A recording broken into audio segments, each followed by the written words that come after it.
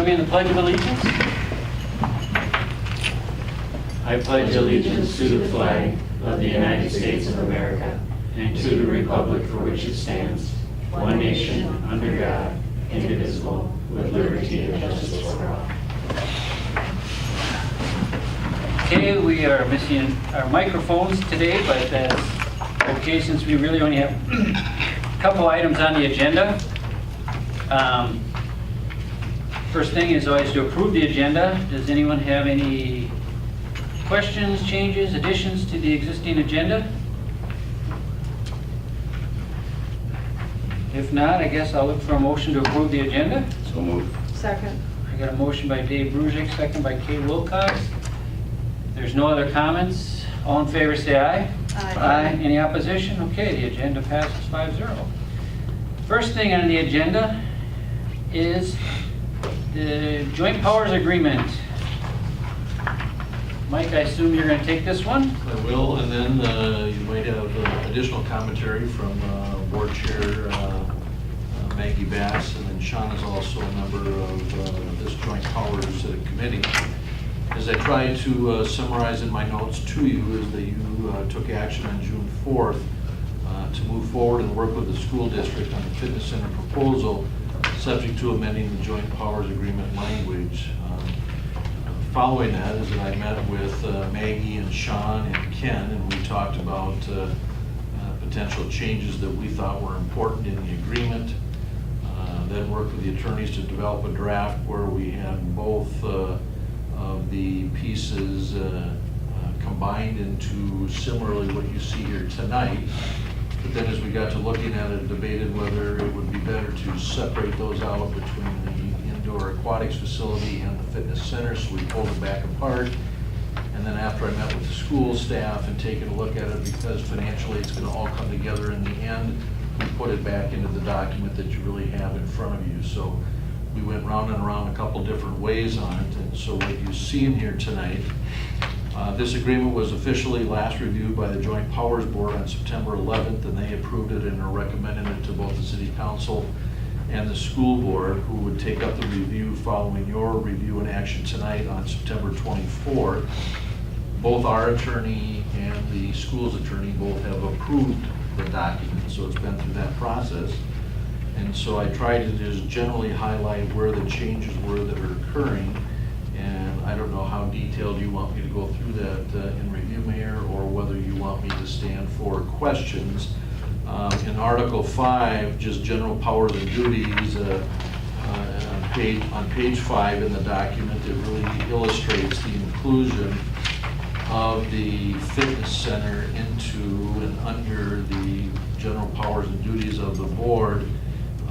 Some clarification of the specific powers, i.e. number 4, specifically on page 5, was a major one. Otherwise, it was the addition of really wording pertaining to predominantly the fitness center into that section of the agreement. The major changes start to come in Article 6, where you've got both the construction of the indoor pool and the fitness center. The financial side, as we had talked about, but it's delineated out in this agreement and set forth, is that the city's contribution is $90,000 for the construction of the fitness center facility. That's allowed to be paid off for over 7 years with no interest, beginning in 2019 and finishing up in 2025. Payments would be due by the end of January of each year. Then it also says, the last paragraph is, the district shall fund the balance of the cost of the construction of the fitness center improvement. So our contribution is capped at $90,000 and does not grow or expand at all in the agreement. And then the design and the construction are all under the auspices of the school, but we do have a review role in various facets of that, just as we would under normal building permit processes. And then finally, into the operation of the indoor pool and fitness center under Article 7 is that combines the financial side of things and what's eligible to be considered under the operating costs, not too dissimilar from the indoor aquatics.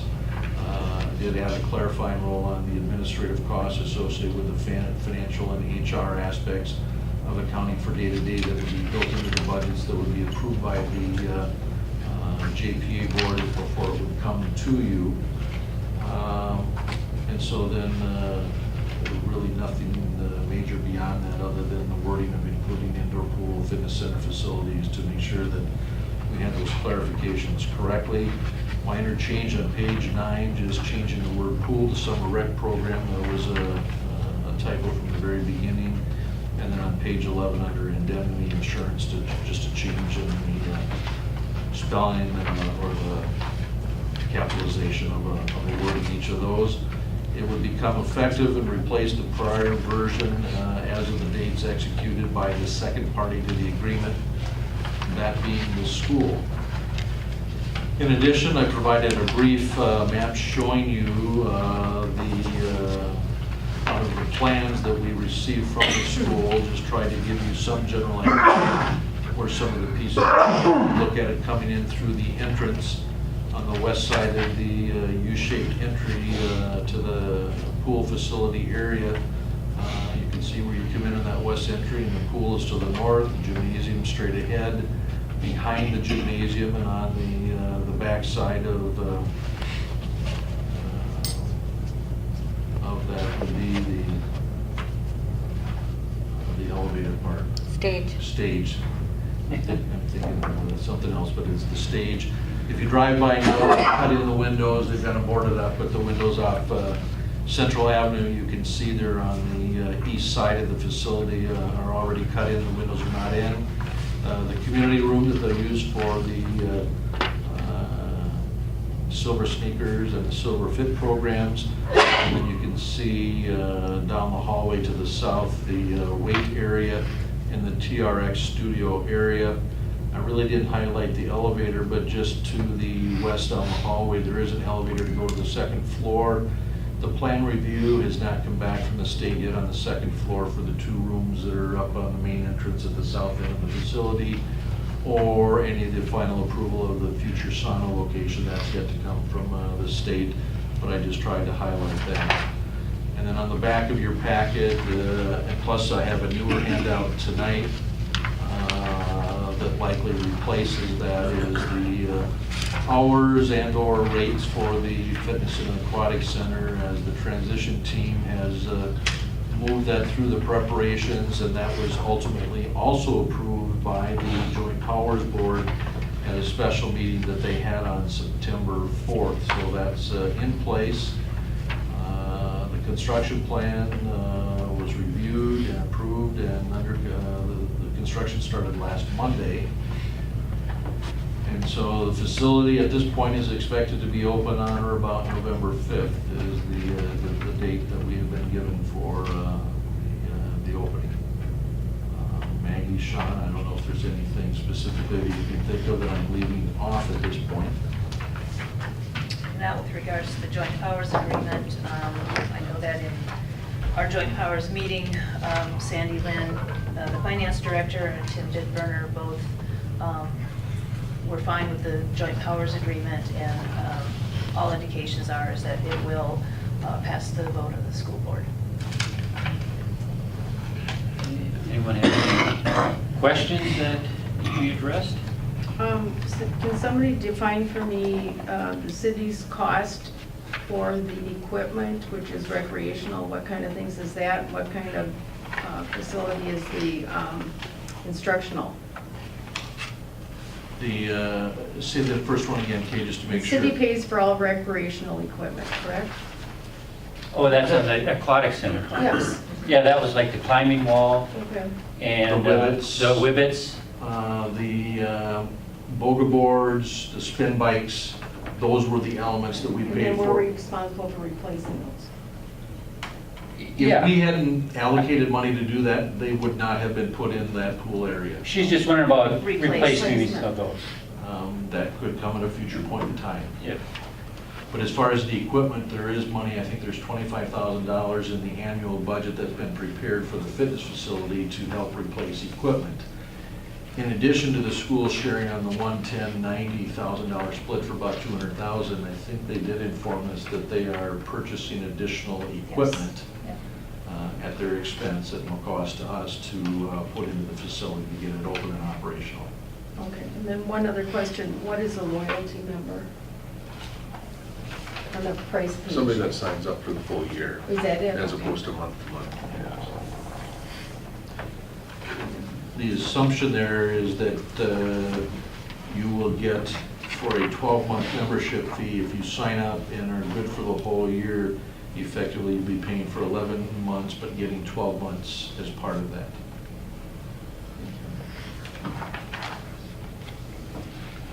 Any other questions?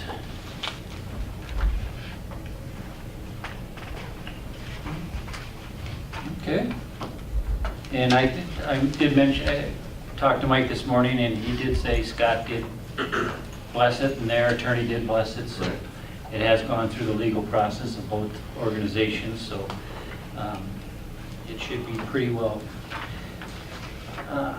done as well as possible, because we know how well Scott goes through things.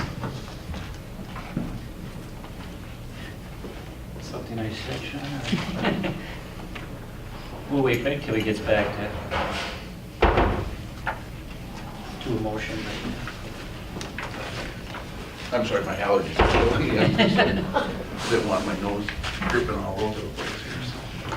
Okay, if there's no other further comments or questions, I guess I'll look for a motion to approve the amended joint powers agreement. So Second? we got a motion by Dave Brusick, second by Maggie Bass. Any other comments, questions? If not, all in favor say aye. Aye. Any opposition? Okay, passes 5-0. Next on the agenda is a consent agenda. This is some basic housekeeping items. Mike, do you want to just kind of mention about the televising the sanitary and storm sewers? Yeah, the clarification is that apparently it was omitted that we don't have content on the televising of the sanitary and storm sewers. We typically do this with all of our annual street reconstruction projects.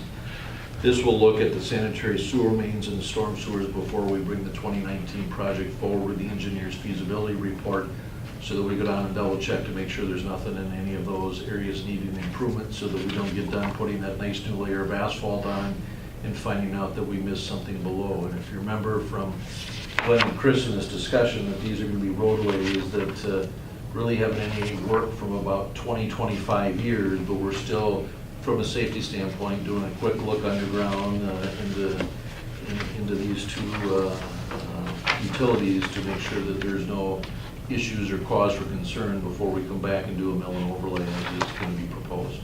And this has nothing to do with County Road 37. I don't think that we have much in that one that I can think of, but it is for the 2019 project, and that did include all of the streets, and it may be a double check on 37. I don't think I can tell you that right offhand here. Okay.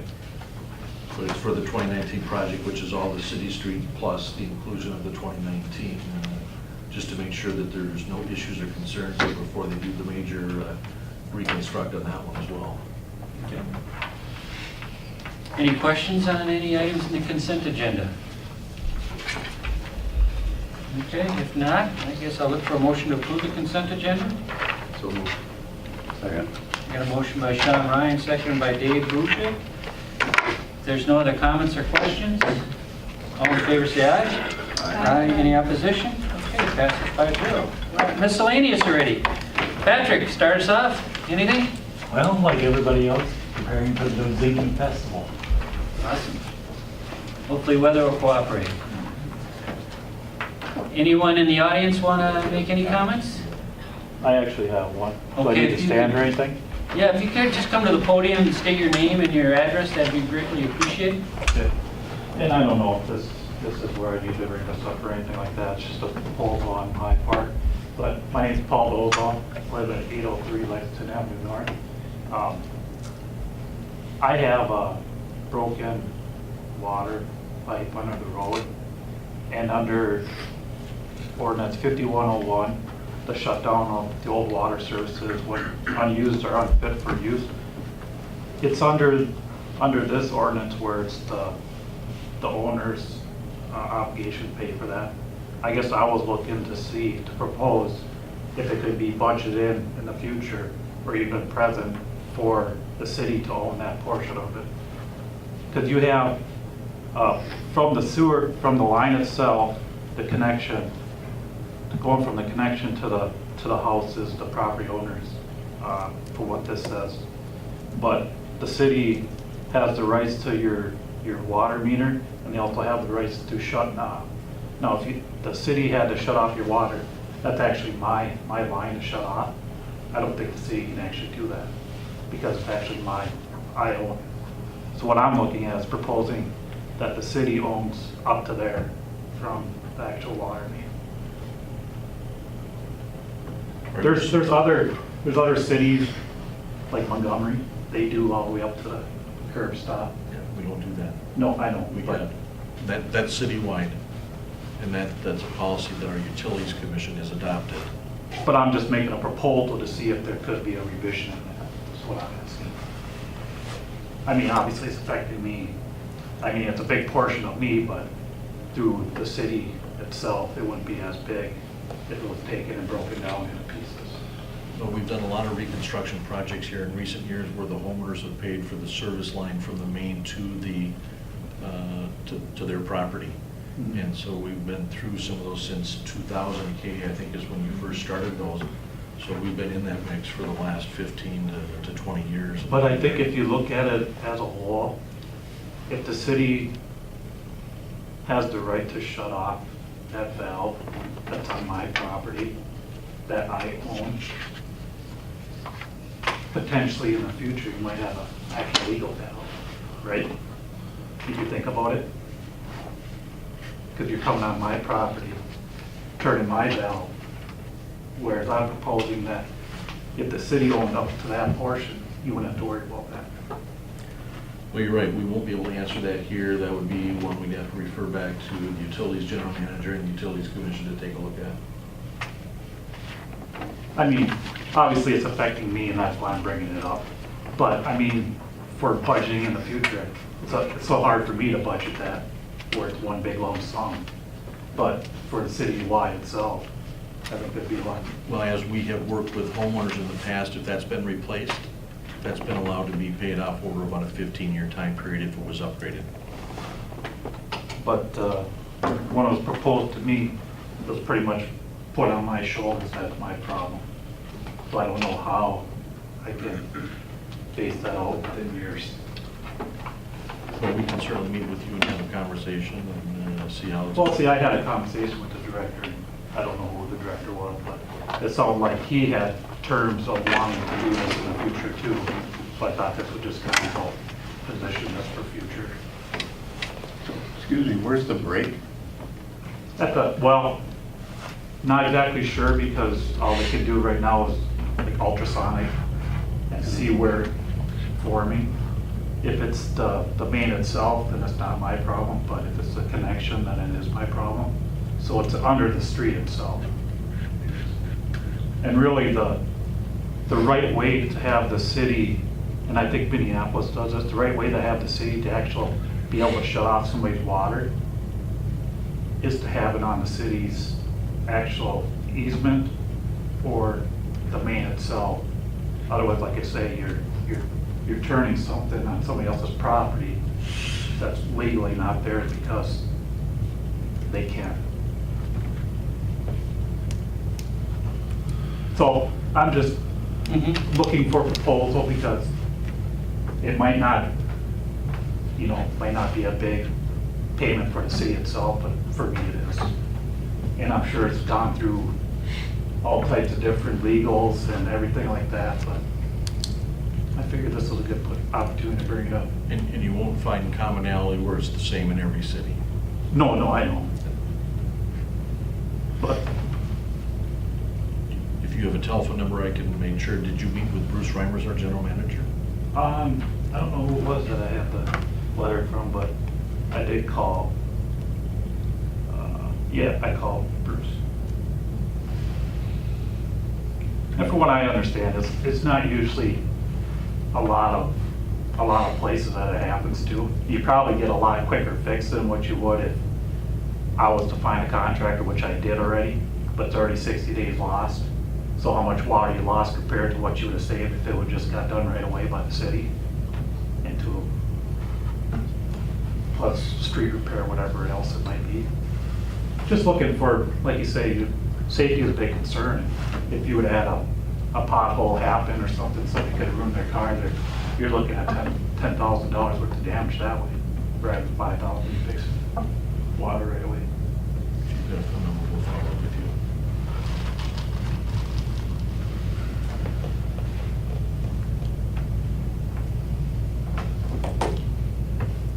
Okay. But that's all I got. Okay. Well, thank you for bringing your Yeah, concern. thanks for letting me bring it up. And Oh, yeah, that's fine. And, whether it goes nay or yay, I just yeah, figured this would be a great opportunity to bring it up. awesome. Thank you. Thank you. Thank you. All right. Yes? I have a concern or question. Do I have to come forward here? Sure.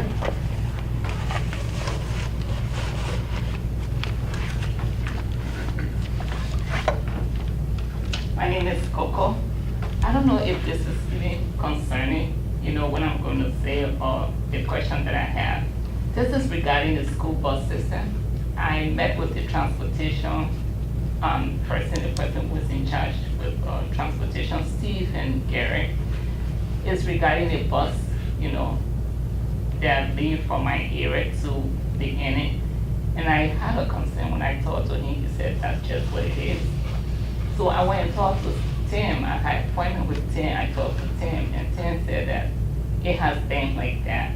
My concern is the bus that take my son, and not just only my son, but I know there will be other kids coming because I talked to other neighbors, other family in the neighborhood.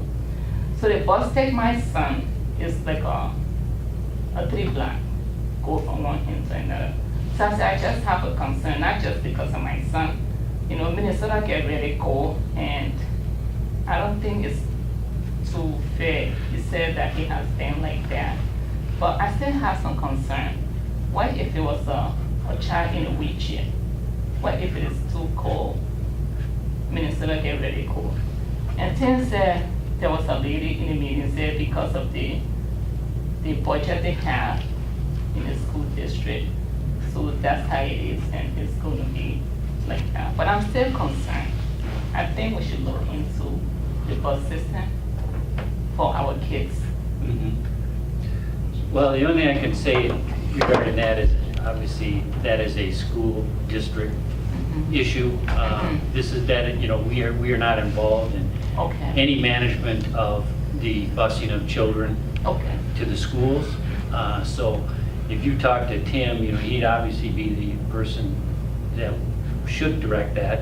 What I would recommend is, I think next Monday is the school board meeting. You go to that meeting and address it in front of the school board. Okay. That's what I would suggest you do. Okay. Because, it's like if you come and have an issue with the city and you may talk to Mike and you don't feel it's the right answer, then you would come in front of the council and voice your concerns. Okay. And it's basically the same type of relationship. Tim works for the school board, Okay. okay? All right. Thank you. Thank you. Thank you. Mitch, you got anything? Good. Rick? Good? Patty? No. Well, come on, usually you talk our ears out. Mike? Back in your packet is information on, we're expecting the railroad to do some improvements here. As you can see from Glenn, is the tentative schedule is that they're going to be starting on or about October 2nd or 3rd. They were kind enough to wait till after the Dojinki Festival, so we were able to accomplish that. But they're hoping to come in and replace the concrete underneath the rail crossings as a precursor to the 2020 Highway 19 improvement project. And so they'll be in working on that. And We're hopeful that you can see on the back side of it, it's in the colored map that we provided, it's those concrete panels that are kind of in blue underneath the railroad tracks. Those are those areas, if you remember here, some months ago, there were a number of holes that they stopped in and got patched. And so far, they're holding okay, but for how long, we don't know. So they'll be replacing that. And then next year, we're expecting them to come back and hopefully work with the state to get the crossing arms and all of that replaced as well. So we just wanted to give you a heads up because there's likely to be temporary detours put in place when they come into town, and we're dealing with kind of an iffy situation that we know that they work 8 days, they're off 7, and we're hoping we catch them in the right 8-day segment so that we don't get started in this and then they have their 7-day break. So we're cognizant of that, and we'll be working with them and MnDOT to try to make sure that MnDOT gets, they're going to be putting up all of the detour route signage that will need to go up, but it'll be a temporary detour. I believe County Road 2 will be the detour route, but local people will be able to find their way around. You just won't be able to get across those set of tracks while this is under construction. Mike, did they also take a look at the railroad crossing on County Road 37? There seems to be some concrete issues under that section also. That's not scheduled as part of this, that we're going to have to pursue that as we take a look at the County Road 37 Yep. project in the hopes that we can see what can be done. MnDOT has got this put together with a grant agreement with the Union Pacific Railroad, at least at this crossing. Okay. But I'll make a note to check County Road 37.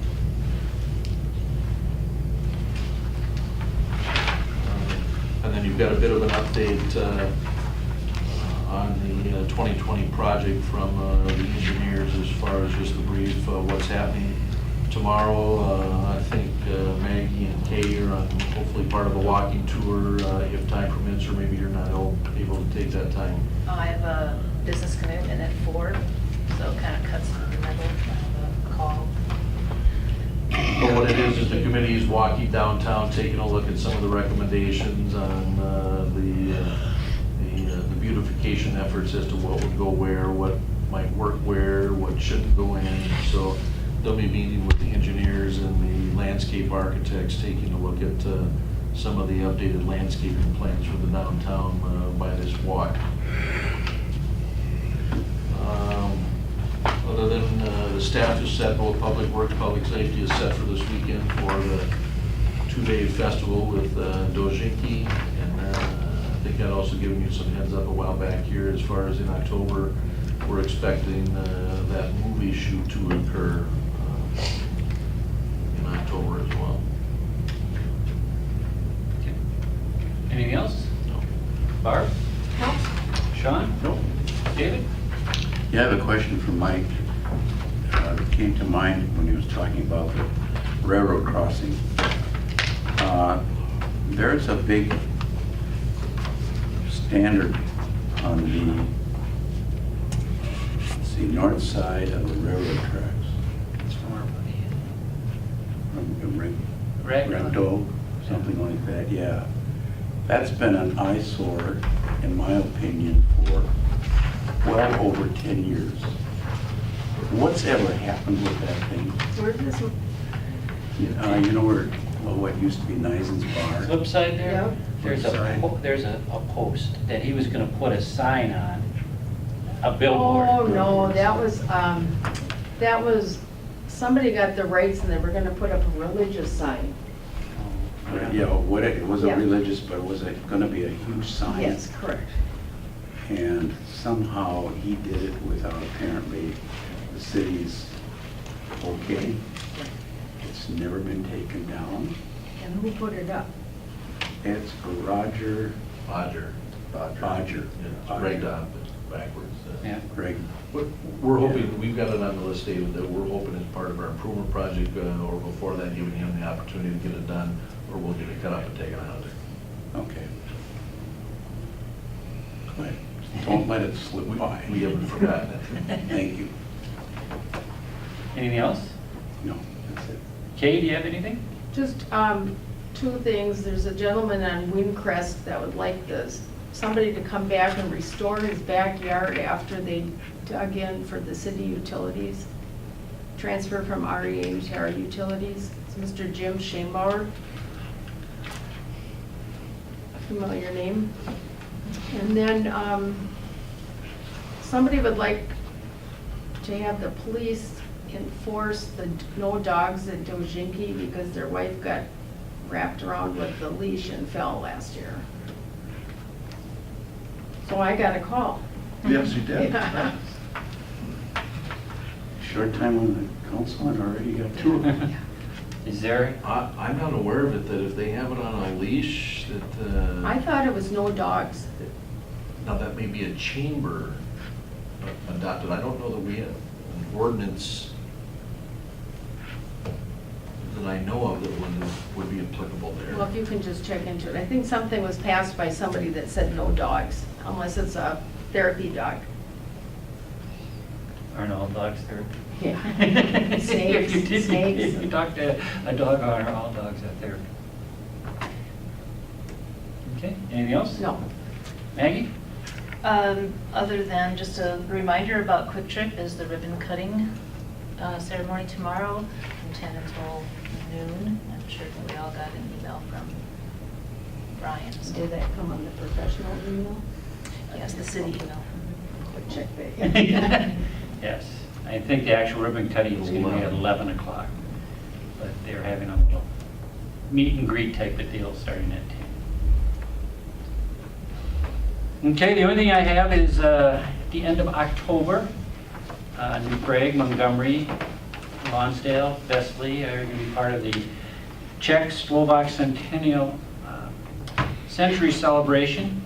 And I just want to let you know that I'm going to do a proclamation for that weekend, stating such, and hopefully keep your eyes and ears peeled and get involved. We're going to actually do an authentic Czech Mass at St. Wentz and have Czech food and things like that. So it's coming faster than we think, but it should be a good event also. We're holding a lot of it at St. Wentz, the Mass, and the Battle of the Bands, and that's going to be held at PAC at St. Wentz. What weekend? Sponsoring that? Well, right now, it's just an organization. We're using the Arts and Heritage Group from Montgomery, and we're getting, we've got some grant money and some donations and things like that. So it's really kind of being sponsored by, the people in the organization, and the grant money through the different organizations, like MBEC has a program, and Coburn or Casey's has a program, and things like that. So we've been just writing a lot of, I shouldn't say I have been, but Jeannie Keown has been doing a lot of work on writing grants, and we've been very fortunate to get some nice money for that. So, What weekend was that? yeah, it is the 27th and 28th of October. 27th is going to be more things at the cemeteries. We are identifying where immigrants are buried, and we will be putting out Czech flags in the plots. And if people come and want to see if they have any of their descendants buried in the different cemeteries. I think there's 6 cemeteries that we're going to be identifying at. 6 or 7 in that area, Yeah, and then there's some program in Montgomery that day at the Heritage Deal, some stuff for kids and things like that. And then Sunday is the Mass. I think it's at 2 o'clock, 1 or 2 o'clock. so. And we're bringing a bishop in from California that's Czech, and he's going to do that. So should be, and then we got some vendors that are going to be in the hallway there, and genealogy will be there, George Makishka, and also so-called people. So should be a nice event for our community. Yes?